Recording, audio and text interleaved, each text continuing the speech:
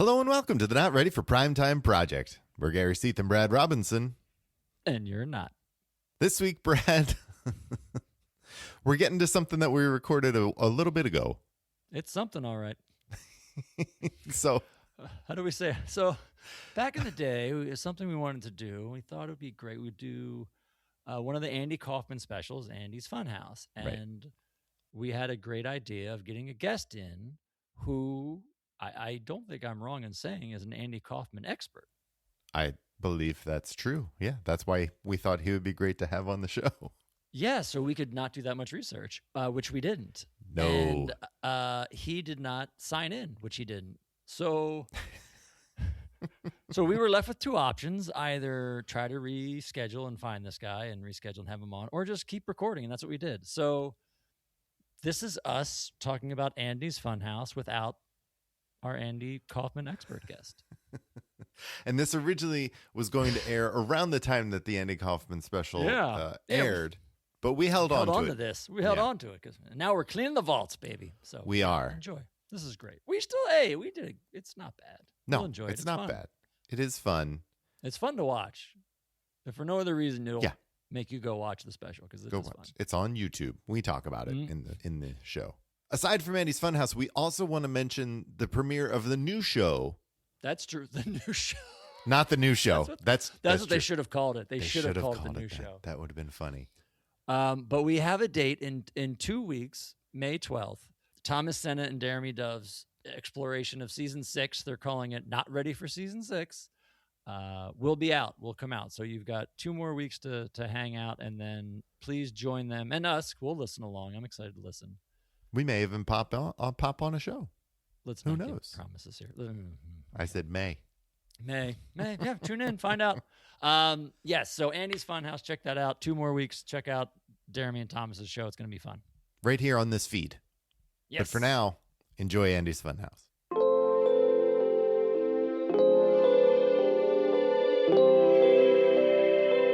And now, Deep Thoughts by Brad and Gary.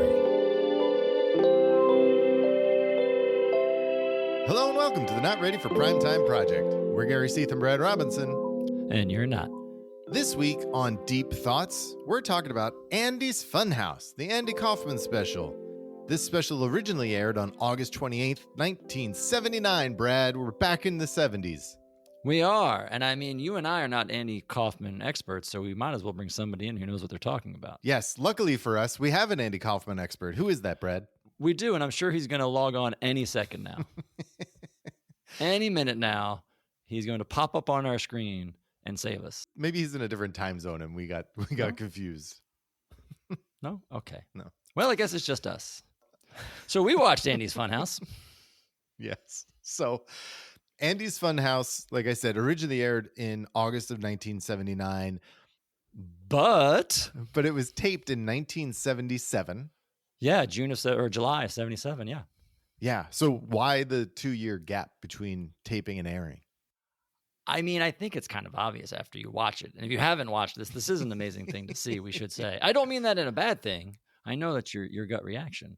But I think they had no idea what to do with this. This is a bizarre 90 minutes of television. Yes. Now, let alone 1977. Yeah. Yeah. And I believe this came about when Andy signed on to do Taxi. And they had already shot the pilot, I think, for Taxi. And then they saw Andy Kaufman's routine and they wanted to bring, Latka, the foreign man character, make that Latka onto Taxi. Part of his signing on to do Taxi was ABC was going to do this special. Right. So they taped this special. And again, at this point, he's as far as national consciousness, he's been on SNL 4 or 5 times at this point. Yeah, a handful of times. He's a big stand-up act, but he hasn't exploded yet because, I mean, to be fair, and I think this is one of the reasons why they held on to it and it took so long, Taxi explodes. Yeah. And he's the breakout star of that show the first season. Right. Yeah. He was nominated for a Golden Globe for Best Supporting Actor. Yeah. You know who he lost to? You'll love this. Best Supporting Actor, 1970s. No, who? Sitcom. Yeah. Norman Fell. Oh, all right. Stanley Roper himself. The great Norman Fell. Yes. Yeah.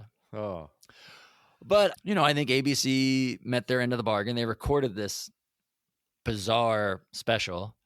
right. And I'd say almost rightfully are like, we're not putting this on. Well, Because I'm sure there's a window. They had a window that we would air it at some point. It's not Right. like right away. And then a year goes by and Taxi explodes and Andy Kaufman is now huge. He's been on SNL another, I think, 4 or 5 times. Because by the time this airs, he's been on, I think, 8 or 9 times. sure. He'd done that big Carnegie Hall show, the infamous Carnegie Hall Yeah. show where he takes the audience out for milk and cookies. So I think that's the long-winded reason as to why they record it in 77 and it takes almost 2 years for it to come out. Well, and it's surprising, maybe not surprising, but it very much feels like Andy Kaufman's stand-up routine, his stage show, where he's like bouncing back and forth between these crazy ideas. The audience doesn't really know what to make of him and make of everything that's going on. Mm-hmm. And to your point, in 1977, that was still not a mainstream, like people were not totally aware of him and his style yet. So it was a little maybe off-putting, maybe. Yeah, no, I can see that. I can definitely see that as I watch it and you look back and try to remember the time and what people were used to and what they had seen, both with Andy Kaufman and just in general. And yeah, I think you could use the word off-putting. Yeah. I mean, it's I don't know. I really like Andy Kaufman, and there were points in watching this where I was like, okay, I get it. Let's move on. But I think that's also what he's going for. Like, I think he delivers on what his vision is. Yes, you mentioned like you see it's all these kind of bits from his stand-up act. Like I know I thought it was kind of a combination of greatest hits and one-off performances. He brings back Foreign Man, the Bongos, the call and response singing, the cow goes moo. So there's all those bits we've seen before, or we may not have seen on SNL, but he'd been doing them in his act. So these are like tried and true things he had done. And now he combines it with these one-off performances like the interviewing a guest or the has-been corner or these other little things. And so it's kind of this amalgam, I think, of the two. Yeah. But as you mentioned, the thing that got me, and I think you kind of just touched on this, is it's very long. Yeah. And it's all Andy Kaufman. And I think it's interesting because you see Andy Kaufman as both host and guest. Like we've seen Andy Kaufman on this type of a show before, but he's typically a guest. Right. In a small amount of time. And now he's just everything. Yes, and he's everywhere. So this was a 90-minute special when it originally aired, and that's what we watched. They re-aired it again 6 months later, but they cut it down to just an hour-long special, probably because of how it was received in the summer months, I'm guessing. Yeah, but they still wanted to cash in on Andy, so they're like, we can't give it 90 minutes. Let's cut it down. Let's try to chop it to an hour somehow. Right. Yeah. What was your overarching impression of the 90 minutes once you were done watching it, other than it was long? I thought it was long. Yeah. Because I think what Andy Kaufman really excels at are the short bits. Right. That's why he's a great guest, or he's a great special guest on SNL, or does panel on a talk show, because he comes out and blows your mind for 5 or 6 minutes, and then you're left there sitting like, what did I just watch? And you don't get a chance to do that here because you keep jumping from Andy to Andy to Andy. Right. So you can't let your guard down trying to think about what you just saw for fear of what you're going to miss next. Yes. Because the transition, if that makes any sense. No, it makes total sense. And he also, the speed at which he transitions from one character to another, or one voice to another, right? And it's very impressive when he goes, it is, from like that asshole off-screen persona, and then it's like we're live, and then he goes to like happy Andy, and doing that constantly back and forth, and then throwing in like Foreign Man and his Elvis impression, and doing all of these things so quickly is just it's amazing. It's like a mad genius. And I can see how like that part of this actually really works, I think, here better than it would on stage, because he just had more time to play with these different characters a little bit. But I didn't feel, I think the first I don't know what, 15 minutes or so is mostly just him. There's no guests or anything. Mm-hmm. And that felt really good to me. And then I was like, oh, we're still going. Right. This is an hour and a half long that we're watching here. I really enjoyed this first bit. And now it's just like, all right, there's more and more and more. And it got a little much. Well, and I think it comes back to that kind of better in small doses idea I had. Like, it was very odd to see so many sides of Andy Kaufman, as you're saying. Like, normally he would come out and do a bit. Right. He's doing Foreign Man, or he's doing the Congos, or he's doing the, the Cowgirls movie. He's kind of one Bongos. version of Andy. Or Bongos, excuse me. And in this, it's like at least three different Andy Kaufmans. Yeah. That, to your point, yes, he seamlessly can go from one to the other, back to the other. But we get, kind of, there's Andy the character, the Foreign Man, that he does kind of his interstitials as an intro and in and out of commercials. And at the end, there's that. Then you get real Andy. Right. And I'm using quotes as much as you get, but who he wants you to think is real Andy, who's kind of the host of this show and is himself, kind of inept and innocent and all shucks. And that's the character he uses for interviewing the guests and singing to the crowd and does the little peanut butter and jelly bit with the audience. That kind of like the, hey, boys and girls, there's that Andy. And then you get the third Andy, which, as you mentioned, like the jerk Andy, that he turns and I think this is kind of what we later see manifest into wrestler Andy, the heel, but it's the guy who turns on a dime, and here he's kind of like a New York asshole, but it's you can see where it's going, but we're so used to just seeing Andy as one, and now we're in a medium where we're watching him do all of them repeatedly back and forth. And I think that's a key word is repeatedly, because you're seeing all of this in different situations, or not even different, right? He's like the asshole Brooklyn Andy with Bob Zamuda multiple times, and that interaction happens. And I think that kind of takes away from it in the end of just like, yep, we saw this gag already in the first 45 minutes ago. This show was interesting to me in the intro. They talk about, you're going to see some films and some cartoons, and it's called Andy's Funhouse, and you're going to have dessert. And it immediately, the first thing that came to my mind was, this is kind of like a precursor to Pee-wee's Playhouse, the TV show. Oh, I could see that. Yeah. Yeah, sure. And it's kind of, it's very different in a lot of ways, but in the way in which it's kind of a quote unquote kid show setup, just that made me think like, oh yeah, this is before Paul Reubens really develops Pee Wee Herman. Like maybe he was doing them in Groundlings at this point, but if so, it was very early and it wasn't like the show that it became. And it was something that caught my attention in the beginning of like, oh yeah, this reminds me of that.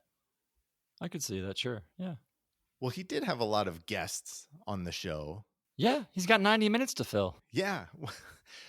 Well, what was interesting about that too is these guests are not on for very long. I think the most prominent guest he has is Cindy Williams, who probably gets like, I don't know, maybe 6 minutes of screen time, if that. I don't know. They're all there because she's, she comes out. You got Cindy Williams, who has like a legit kind of panel Q&A for a while, which is fun because he doesn't know how to interview her.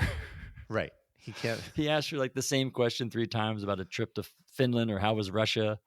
And then he turns into asking about how Penny Marshall is on Laverne and Shirley like 4 times. And do you know her? There's the awkward dead silence. Yeah.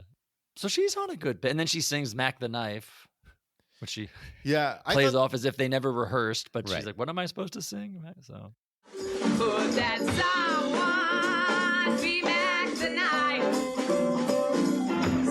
Chili-cadabba! Come on, chili-cadabba! Chili-cadabba! Ho, Ho, ho! Sugi Tawdry!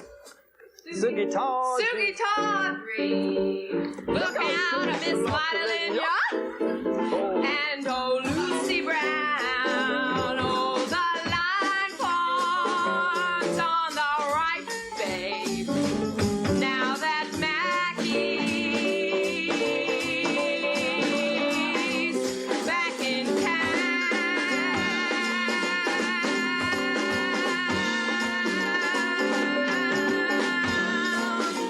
Look out, old Mackie's back. Yeah!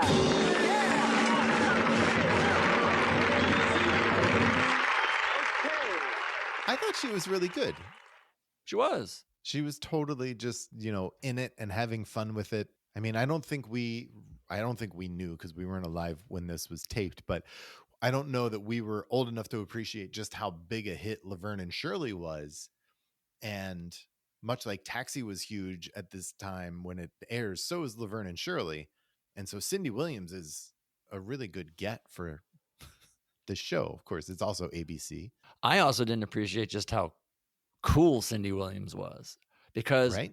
remember when this tapes earlier the year when this tapes in 77, Yeah, she did the Mardi Gras special for SNL. that's right. And now it's a few months later, she's doing this Andy Kaufman thing. So to me, I walk away and was like, Cindy Williams is totally cool. Yes. Thinking of that and then watching this performance, I actually wrote the note at this point. You get somebody like a Cindy Williams, she comes on, she does something like this, and I'm just like, how great were the 70s? This is amazing. Yeah, I mean, again, I think it comes back to something that we've talked about before when these performers were all around performers. They could sing and or dance or do, they're multi-talented. And Cindy Williams, even though, like you said, the Mac the Knife thing, they make it seem like, oh, we didn't rehearse this and do it, whatever. The way that she does that is super professional. Like not anyone can just do that. She's really good. Well, the way she does everything is great. Yeah. Because the whole thing is this interview is going nowhere. And it's just as if they try to see how long they can go, how long they can make it last. And so she has to perform to Andy. She can't just sit there and she does a really great job of playing it off and trying to be flippant and be cool. So I thought she did a great job. Yeah. I also thought the other lady they brought out, the has-been corner. Yes.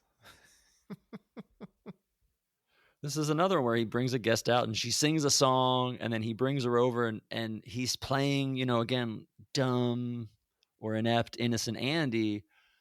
And he starts grilling this woman about how what was it like when you first realized you weren't going to make it in show business? Yeah. How does it feel to be a has-been? And she is all peppy and trying to tell her story and that she's coming back into show business and he has a line at one point. I hope you make it. Personally, I don't think you will. Yes. Right. And then he has her sing right after that. Another song because her story was, and we'll say story because spoiler alert, this is not a real person. Someone playing a character, but she had started in The Sound of Music. I think she was found and seen as a kid, and that's where she was going to that was going to set her off. And then she went to med school, never did. So she ends by singing one of those Sound of Music songs. Yes. With Andy in the back, yelling at Zamuda. Yeah. In the background. That was fun because they would change camera angles. In the one camera angle, they were clearly in shot and he's yelling at Zamuda. And then, and then he catches the camera and pushes Zamuda off camera. Pushes him aside. Yeah. It was really fun. It's really smart. Yeah. It's smart thing. And then I guess his third interview would be the probably one of the pieces I guess people know most of this is Howdy Doody. Although we should say going back in time, in true Andy Kaufman fashion, they went on and put out a story, I'm saying him and Zamuda, where the woman who they brought out for this has-been corner, they called her Gail Sablotkin, was so distraught after being on the show that she committed suicide. And in one of the Andy Kaufman biographies that Zamuda wrote years later, they tell the story that they play this lie for years that it was real and it had effects and this woman then killed herself. But it's just another, it's a TV prank, another Andy Kaufman prank. Yeah. But then we get into Howdy Doody, which, like I said, is probably one of, if not the, I think, memorable thing from this special. Sure. I mean, that's another thing we cannot appreciate just how big Howdy Doody was for kids in the 50s and 60s. So for him to get Howdy Doody, and he talks about it, and I think this was a part that actually sounded genuine was... From him to get Howdy Doody, Gary, he was off the air for 17 years. I know, but they literally talk about him living in a box. I know. I don't think it was a hard get. Oh, it was.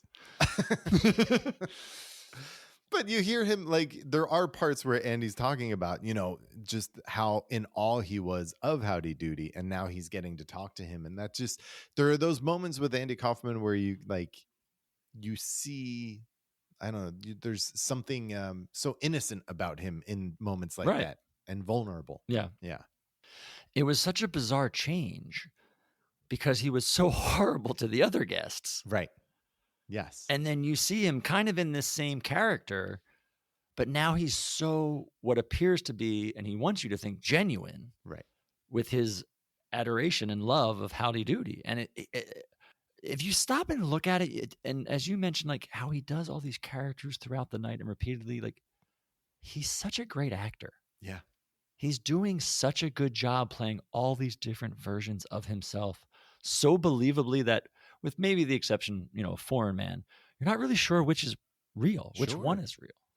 Well, I mean, when he first came on the scene and people didn't know him from anything else, people didn't know that he wasn't Foreign Man, that he didn't, Right. Have an accent because he did not break character. Right. Which is how they try to set this up. It Right. opens with him. This whole special opens with him sitting in a dark stage in a chair as Foreign Man, and he tells a story how he spent all the money ABC gave him and went on vacation. So there is no special. Like right off the bat, the first minute in, he's fucking with the audience. Oh, it's so He's like, funny. "There's no special. Sorry." And then he sits there and just stares at the camera for like 20 seconds Yeah.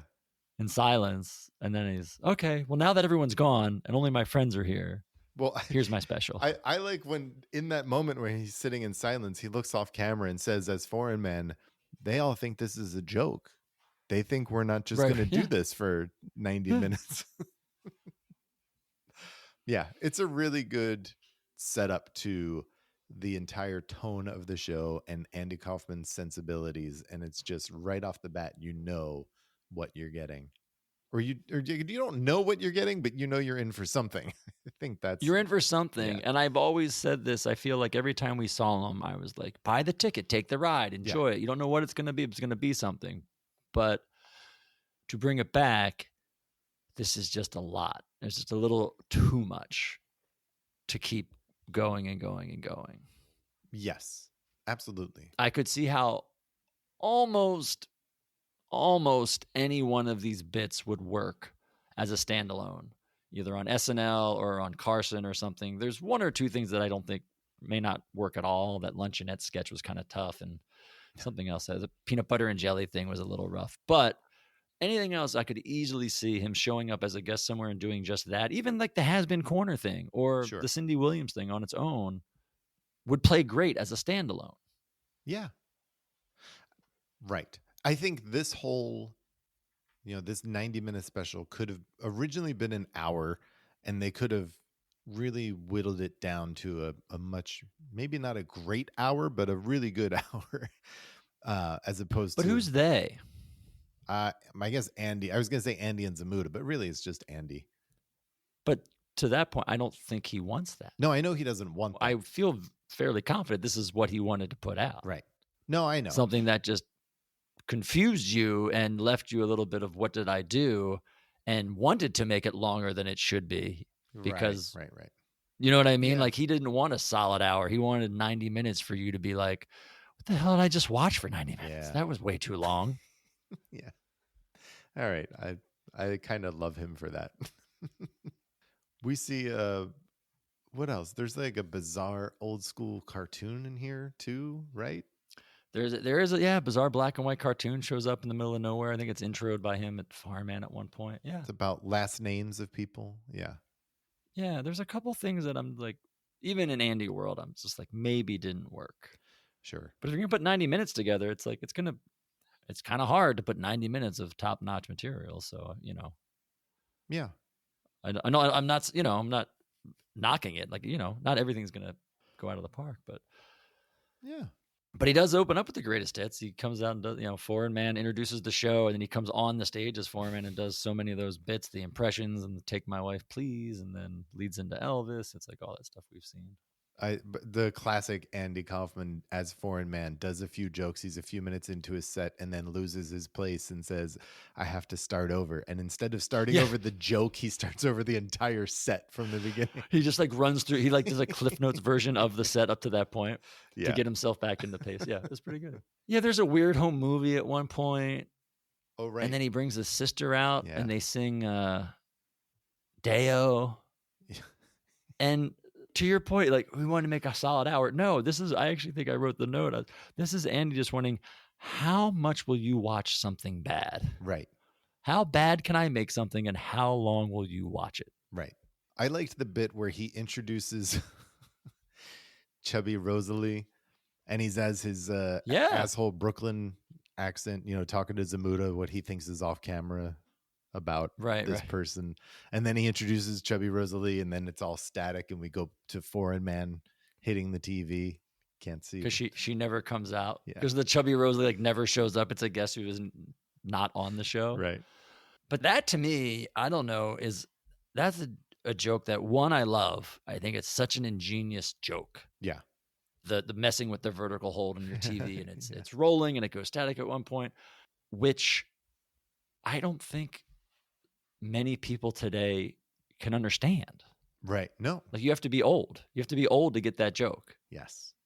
And understand how great a joke of it is that you purposely do something for someone sitting at home to think their TV is broken to the point, or not broken, but messed up, where they would get up and hit the TV and start slapping it because of what you've done. To me, that is the most ingenious thing on this episode or this program. Yeah, it's really good. It's such a smart joke. He used to have the old V and H tuners that you had to, like, if it went, the vertical went off or the horizontal went off. Yeah, that was. And it would wobble and you would walk up and hit the TV and like try to lock it back into place. Like it's great. Yeah. I can't remember. Okay. So remember Man in the Moon? They made the movie Man in the Moon, Jim Carrey. Mm-hmm. And I went to see it in the theater. And when I'm there in like the first 10 minutes, something happened to the film, legitimately happened to the film projector where the film started flipping and running. Uh-huh. And I'm in the audience going like, did he really do this? Did they really do this to the movie where they messed the movie up so people in the audience think something's wrong? And then like a manager came out and was like, sorry, we have to readjust the printer. Right. But I knew the bit. You had that moment. And I knew how smart it was. And for a moment, I'm like, this is genius that they're going to do this to the movie. Right. And that early in the movie, it would really be genius. Yeah, it was way early. It was like 15, 20 minutes. It was super early in the movie. But anyway, I love this bit. I've always loved this gag. I think it's so funny. And I wish I'm saddened that I feel like, people probably in their 30s and younger have no idea what this is. No. Well. But I love how that doesn't work. And then they go back to, Andy in the chair being like, let's just go to commercial. I was told we have technical difficulties. We'll just go to commercial. What? She didn't come out? We didn't get her? What? Like, it's like Andy upset, jerk Andy doesn't know what's going on, starts yelling. It's just, like I said, there's tons of great stuff in here. For me personally, I just needed a little break of the Andy. Absolutely.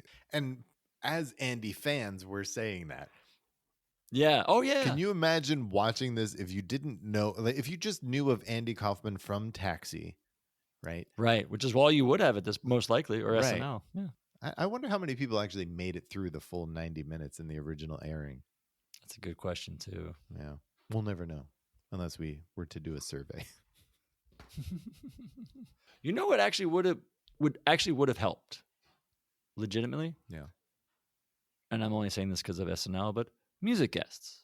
I think even if there was a legit music act aside from that came him, on and gave, like just, like a band came on and gave you 4 minutes of a tune, that might even been just enough of a palate cleanser to then go back to Andy. Or like I said, just give you a minute to think about what you just saw and try to figure that out without worrying about missing whatever you're watching. I think something like that would have been cool. If you had like 2 music numbers in there, right? It might have been.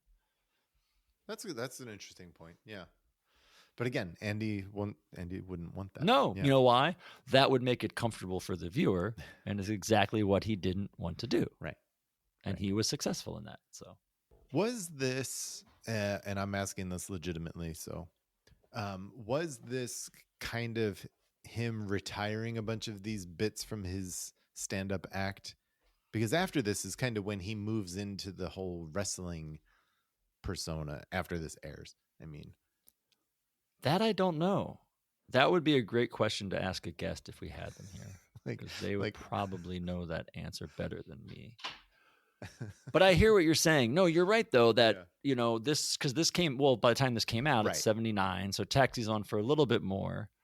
But yeah, then he gets into the wrestling gimmick, Mm-hmm.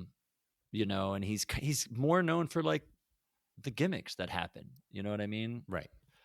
Tony Clifton. He shoots another special or like a pilot for another TV show called Uncle Andy's Funhouse in 1980. Mm-hmm. And I think there's another one he does in 83, shortly before he passes. But he's on Fridays in 1981. And there's that infamous incident on the first. We should say that's the first time he was on Fridays. He comes back on Fridays twice again after that. That was the first time he was on Fridays and would return. You know, he's back on SNL, I think a total of 12 times. Yeah. You know, by the time he's done, and he ends in 1982, season 10 is the infamous getting voted off of SNL. So he's still doing bits, but yeah, I don't know. And 82 was also the year of the Letterman thing, Letterman, Jerry Lawler. Jerry Lawler, yeah. Yeah, that was 1982. So yeah, I feel like he kind of, maybe he did. It is like a retiring, because I don't know if he was, you know, like touring that much or playing live that Right. much anymore. So he was trying to do other things. Right. But these are things, what we see in this special, not all of it, but big chunks of it were things that he had been doing on stage for years at this point. Yeah. I mean, it's a honed act. Oh, yeah. Even the stuff that wasn't an act, like, you know, trying to interview Cindy Williams or making fun of what's her name, like that's him doing a character he's worked on for years. Right. And it's he doesn't break and there's no flinching. It's really good. Yeah. And I think he was trying to, you know, evolve. He was trying to do movies. He would do some movies, you know, after this, Right. but none of them really did anything. The biggest one, I think, was My Breakfast with Blassie. It's like a with Freddie Blassie wrestling movie. Classy Freddie Blassie. Yeah. And I mean, unfortunately too, I mean, he's only with us for 4 years after this. Yeah. 1984 is when he passes. So it's like, there's not like there was a great big window after this to keep experimenting and trying, unfortunately. Right. Yeah. The one thing I will say though, I did really like, as long as this might have been, and I think this is a testament to how good this special actually is and worthwhile to see, is at the end of these 90 minutes, they end with cutting back to him after he brings all his guests out to the main stage, because Right. most of this show is like on a big variety stage with like a desk and a, you know, whatever, band. And he brings all his guests out and they sing what's that? Friendly, Friendly World, which is how he was ending his shows too. Again, like you mentioned, his stuff he had been doing for stand-up for years. That's how he was ending his live shows up to that point, you know, Right. probably after. But that ends and they go back to him in the dark, Yeah. sitting on the chair. And he basically reviews his own special Yeah. in real time. So he goes back. He's like, thank you very much. That was my show. Well, the home movies were boring. Cindy Williams was great. I did not know she could sing so well. I love the Howdy Doody thing. Has Been Corner, very bad taste. That to me was hilarious. And the fact that as much as we sit here and talk about how long it was, that after that longness, I'm still laughing out loud 90 minutes in. Well, yeah. Because that was probably one of the funniest things I saw, was him self-critiquing his own special. Right. At the end. Right. Well, that's what I was going to say. Like, he just made you sit through this 90-minute thing. And then he goes through and he's like, well, that was boring. And like, yeah, it's very It's like the home movies were boring. Like, okay, you know. Oh, yeah, that was funny. He is a unique comic voice, and he's one that I think he was kind of a trailblazer.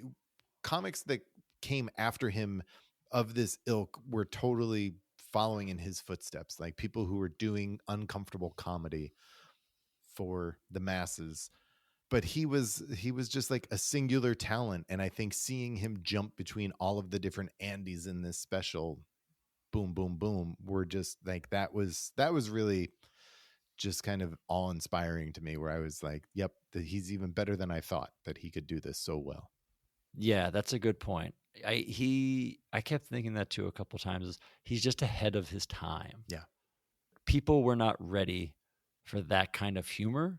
When you look at people down the line, like your Zach Galifianakis or whatever, or Right. your comedy troops that are like the shock and awe comedy, or just the uncomfortableness. Like uncomfortable comedy Yeah. wasn't a thing then. No. And so it's like, could you imagine what he would have been like once people understood that comedy could be uncomfortable?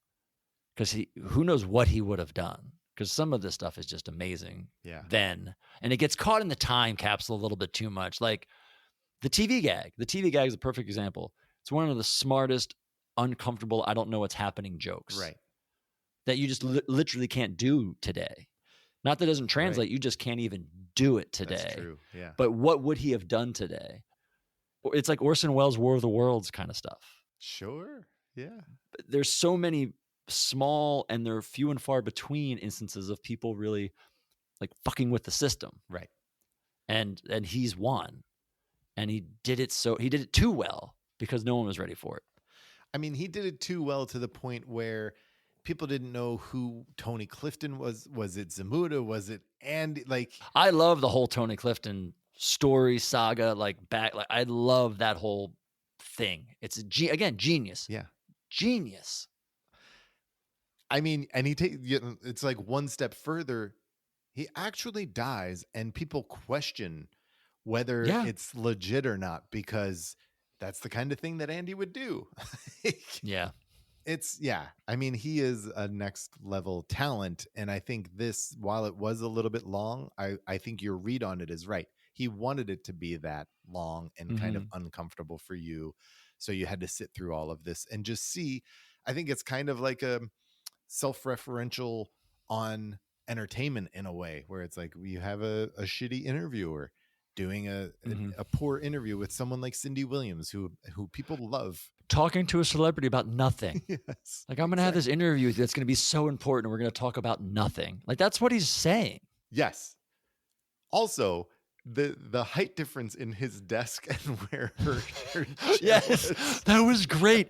Yeah, that's a very good point. They pull that move again, that the host is always higher than the guest, and he just accentuates it to the nines, and he's literally towering over her. Yes, that's a great point. Yeah. Again, super smart joke. It is. Super smart, subtle joke. It is. The whole thing. It's really good.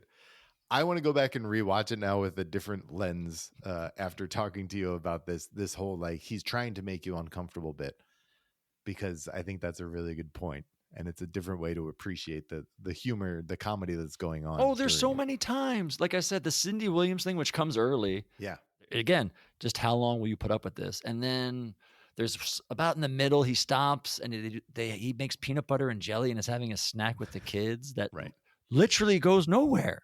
There's nothing to it's. Again, I feel like I'm going to do this for however long. I can't see how long you're going to stomach watching me basically do nothing. Right. Well, and then it turns into the asshole Brooklyn Andy complaining about the sponsor, the chocolate milk sponsor that they have. That's pretty funny. Oh, there's so much good stuff in here. So much good stuff. Well, it's fun. I wish we had an Andy Kaufman biographer to talk to about this. Maybe someday we will, and we'll do a re-release. We'll do part 2 and revisit this. I really enjoyed it. I think you go out and watch it. We watched it on YouTube. It's great. I would say it's on. You can find it on YouTube. It's definitely worth it. If you're listening, you probably have seen it, because I don't think there's a lot of people. That's true. If you're listening to this, you like comedy and stuff, and you probably have seen it. But if you haven't seen it in a while, go watch it again, because it's really fun. Yeah, it is. It's a lot of fun. All right, Brad. I think that's all we got. Go. Thanks, everybody. Good night. Not everybody. Somebody out there. But everybody else. Everybody else. Everybody who's listening. Thanks for listening. Yes. Good night, and have a pleasant tomorrow. And have a pleasant tomorrow. Thanks for listening to the Not Ready for Primetime Project. Please remember to rate and review, and follow us on social media everywhere at NR4PT Project. The Not Ready for Primetime Project team is Brad Robinson and Gary Seif. Our editor is Will Bond, who hosts his own podcast with his brothers, Reviewing Doctor Who, which you can find wherever you're listening to this.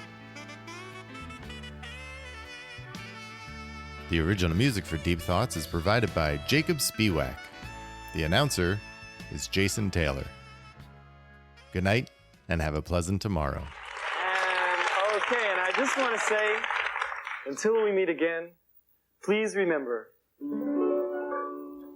in this friendly world, with each day so full of joy, why should any heart be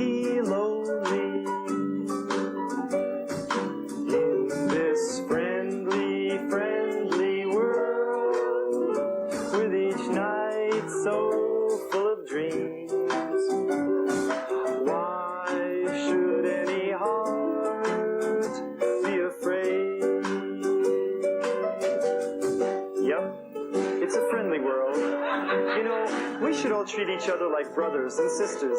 So everybody turn to the person sitting next to you and say, "Hi, brother. Hi, sister."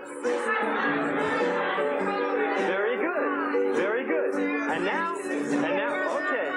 And now everybody, put your arm around the person sitting next to you and sway back and forth in rhythm to the music. Okay, come on, everybody. Come on, you at home. Come on, even if you don't like the person sitting next to you. Okay, come on. And now everybody sing, "The world is such a wonderful place." The world is such a wonderful place to wander through, to wander through. Come on, you at home, follow the bouncing ball. Got someone you love to wander along with you. Along with you with the sky so full of stars. With the sky so full of stars and the river full of song.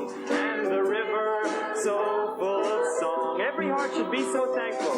Every heart should be so thankful. Thankful for this friendly, friendly world.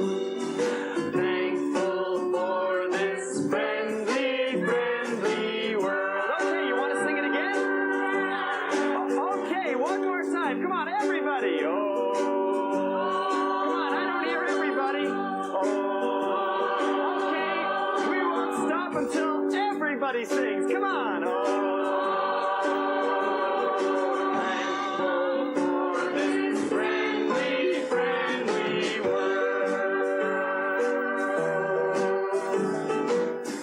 Thank you very much and good night. Thank you.